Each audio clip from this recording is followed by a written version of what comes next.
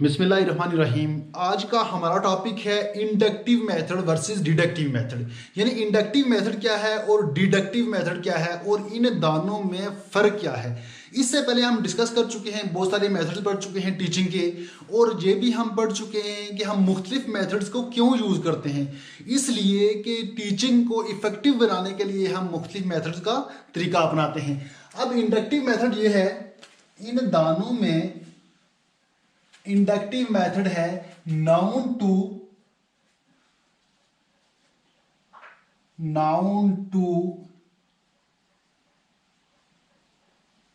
Unknown. यानी कि उन चीजों से जो चीजें हमें मालूम है, पता है, उसको पढ़ने के बाद हम अननाउन की तरफ जाएं, वो चीजें जो हमें नहीं पता। मसलन हम एक एग्जांपल लेते हैं कि मैथ्स में जब छोटे बच्चों को हम पढ़ा रहे होते हैं तो उनको सबसे पहले एडिशन के क्वेश्चन पढ़ाए जाते हैं। यानी कि एडिशन के क्वेश्चन 40 प्लस 23 है, फर्ज किया ये क्वेश्चन हमने बच्चों को पढ़ाया। अब इनको हमने ऐड किया 3 + 0 3, 4 + 2 6, 63। अब ये यानी उनको पता चल गया कि प्लस के क्वेश्चन, एडिशन के क्वेश्चन जो ऐड करते हैं वो इस तरह से हल होते हैं। अब इसके बाद हम उनको मल्टीप्लाई के क्वेश्चन पढ़ा सकते हैं। मल्टीप्लाई के क्वेश्चन यानी कि हमने बच्चों को पढ़ाया 40 × 23, 40, ये क्या आ गया 0, 12, 0 और 8। और उसके बाद भी मल्टीप्लाई में भी एडिशन होता है, उसके बाद भी ऐड करना पड़ता है, यानी कि 0, 2, 9। इसका मतलब ये है कि हमें प्लस के क्वेश्चन पता होंगे, मालूम होंगे, तब जाके हम मल्टीप्लाई के क्वेश्चन सॉल्व कर सकेंगे। तो हमें अगर एडिशन के क्वेश्चन हमें आते ही नहीं है, ऐड करना ही नहीं आता, तो हम मल्टीप्लाई के क्वेश्चन कैसे करेंगे। तो नाउन टू अननोन का मतलब ये है कि हमें पहले प्लस के क्वेश्चन करने पड़ेंगे, उसके बाद हम मल्टीप्लाई के क्वेश्चन करेंगे। ये है नाउन टू अननाउन। जबकि डिडक्टिव मेथड में अननाउन से नाउन की तरफ आना पड़ता है। ये इसमें एक डिफरेंस है। क्या है? Unknown to noun.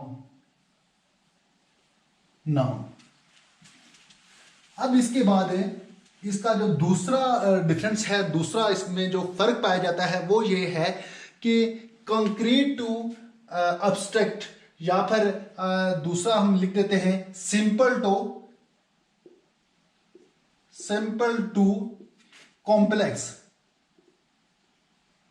यानी कि सबसे पहले जो हम पढ़ेंगे वो आसान पढ़ेंगे, वो चीज पढ़ेंगे जो समझना आसान हो, जो बच्चों के लिए वो आसानी से उस चीज को समझ सकें। उसके बाद हम करते करते स्लोली हम मुश्किल की तरफ जाएंगे। जिस तरह हमने एक एडिशन का क्वेश्चन पढ़ा, फिर मल्टीप्लाई का पढ़ा, उसके बाद हम डिवीजन के क्वेश्चन पढ़ेंगे।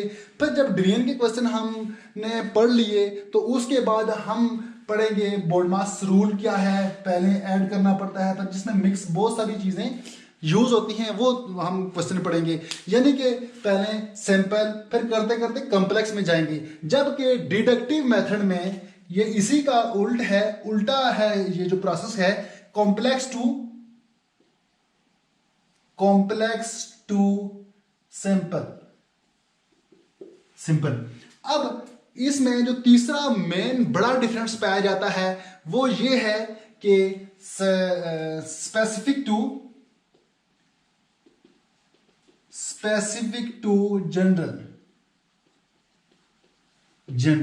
यानी कि हम किसी मखसूस चीज को लेके उसको समझ के फिर हम जनरल की तरफ जाएंगे।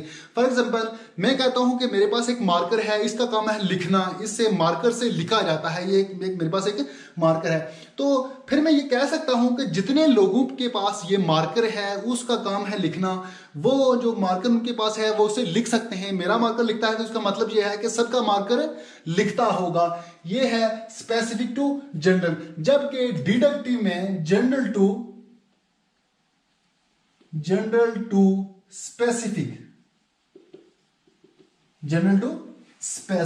ये इसका तीसरा बड़ा डिफरेंस है। इसके बाद एग्जाम्पल टू रूल।